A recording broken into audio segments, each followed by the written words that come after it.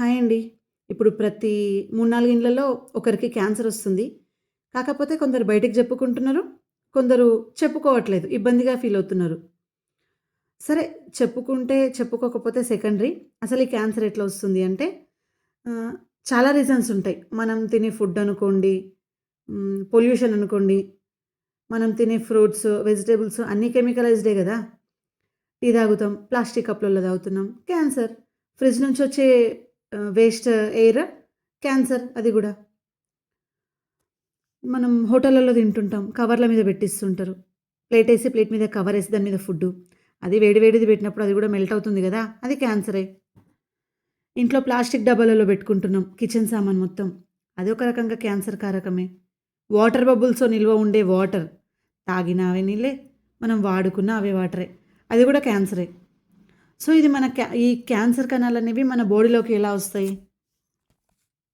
ఇవి మన శరీరంలో ఉండే కణాలు మొత్తం. కణజాలం. కొన్ని కణాలను కలిపితే కణజాలం అని అంటారు గదా! సో, అది.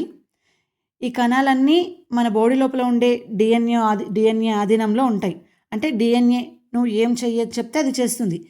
ఒకవేళ ఆ కణం మన శరీరానికి అవసరం లేదనుకోండి, నువ్వు చనిపో అంటే ఆ కణం తనంతట తాను సూసైడ్ చేసుకునే శక్తిని కలిగి ఉంటుంది.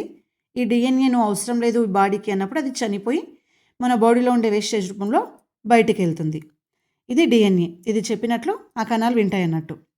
సరే, ఇదేంటి అంటే మన శరీరంలో మనకు అవసరం లేని కణాలు తమంతట తాము సూసైడ్ చేసుకునే శక్తిని కోల్పోయినప్పుడు, అంటే డీఎన్ఏ చెప్పినప్పుడు అవి చనిపోనప్పుడు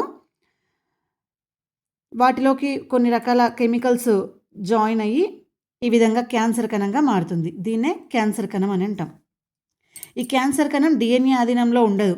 అంటే ఒక పిల్లవాడు గురువు ఆధీనంలో ఉన్నంత వరకు క్రమశిక్షణతో ఉంటాడు. వన్స్ ఒక్కసారి గురువు సార్ పిల్లలను వదిలేసిండనుకోండి, ఆ పిల్లలు విచ్చలవిడిగా తయారవుతారు. అంటే భయం అనేది ఉండదు వాళ్ళకు. సో, అలాగే ఈ కణం కూడా డీఎన్ఏ ఆధీనంలో ఉండదు కాబట్టి దానికి నచ్చిన విధంగా నచ్చినట్టు మన బాడీలో స్ప్రెడ్ అయిపోతుంది.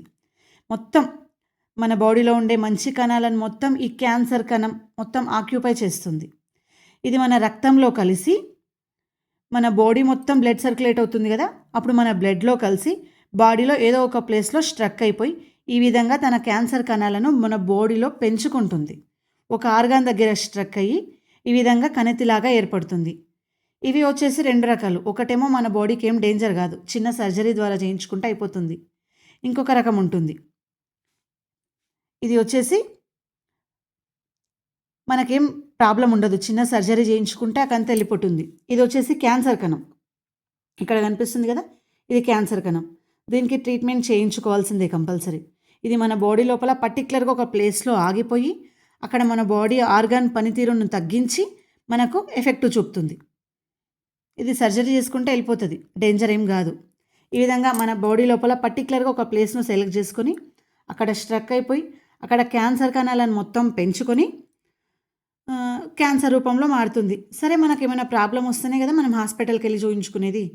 మనకు ప్రాబ్లమ్ వచ్చి అక్కడ దాని కణాలన్నది మొత్తం క్యాన్సర్ కణాలను పెంచుకొని మనకు ప్రాబ్లమ్ వచ్చేదాకా మనం హాస్పిటల్‌కెళ్ళాం. మనం ఒకసారి హాస్పిటల్‌కెళ్ళేసరికి ఏమవుతుంది? అయ్యో! మీకు పలానా క్యాన్సర్ వచ్చింది. మీరు ట్రీట్మెంట్ స్టార్ట్ చేయాలి. మీకు మెడిసిన్‌తో తగ్గదు. మీకు థర్డ్ స్టేజ్, ఫోర్త్ స్టేజ్ అంటారు.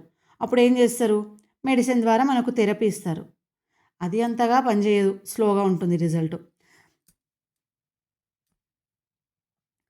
ఒకవేళ బ్లడ్ క్యాన్సర్ అయితే బ్లడ్ లోపలికి మెడిసిన్ ఇస్తారు. అది కూడా అంతేం పనిచేయకపోవచ్చు నాకు తెలిసినంత వరకు. లేదు అంటే రేడియోథెరపీ.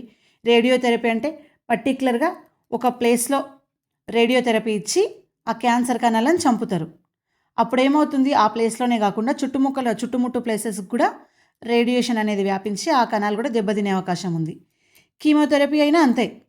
కీమోథెరపీ చేసినప్పుడు అది బ్లడ్‌లో కలిసిపోయి ఆ డ్రగ్ అనేది క్యాన్సర్ కణాలతో పాటు మన బాడీలో ఉండేటువంటి మంచి కణాలను దెబ్బతీసి మన ఇమ్యూనిటీ పవర్‌ను తగ్గిస్తుంది.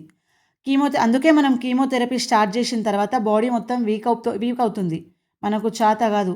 ఒకసారి వామిటింగ్స్ అవుతాయి. ఒకసారి మోషన్స్ అవుతాయి. ఒకసారి ఫుడ్ తినాలనిపించదు. ఓన్లీ లిక్విడ్స్ మీదే ఉంటారు. ఆ విధంగా మన ఇమ్యూనిటీ పవర్ అనేది దెబ్బతింటుంది. సరే, ట్రీట్మెంట్ సరిగ్గా లేదు కదా! మరి క్యాన్సర్ వస్తే ఇంతేనా అనుకుంటే ఏం లేదు. మన క్యూర్ సెల్ ఉంది కదా! ఈ క్యూర్ సెల్ యూజ్ చేసినామంటే ఇది మెయిన్ ఏంటి, స్టెమ్ సెల్ థెరపీ అంటే కణాల పనితీరును మెరుగుపరచడం, చనిపోయిన కణాల ప్లేస్లో కొత్త కణాలను పుట్టించడం. ఈ క్యూర్ సెల్ వాడడం వల్ల మన బాడీ లోపల ఏ ఆర్గాన్ అయితే క్యాన్సర్ కణాల వల్ల దెబ్బతిని అక్కడ క్యాన్సర్ కణాల ప్రభావం పెరుగుతుందో అక్కడ మన క్యూర్ సెల్ అనేది మనం యూజ్ చేయడం వల్ల ప్రతిరోజు 2 సార్లు లేదంటే మన తీవ్రతను బట్టి 3 సార్లు యూజ్ చేయడం వలన చనిపోయిన కణాలను మళ్ళీ బ్రతికించి క్యాన్సర్ కణాలను చంపేస్తుంది. అప్పుడు మనకుండే క్యాన్సర్ అనేది దాదాపుగా 90% తగ్గుతుంది.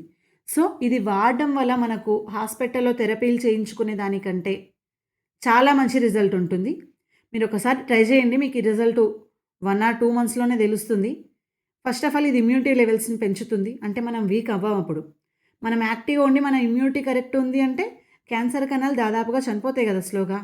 సో అందుకే మీరు ఇది వాడండి, వాడితేనే రిజల్ట్ తెలుస్తుంది. నేను చెప్తున్నాను కాదు, ట్రై చేయండి.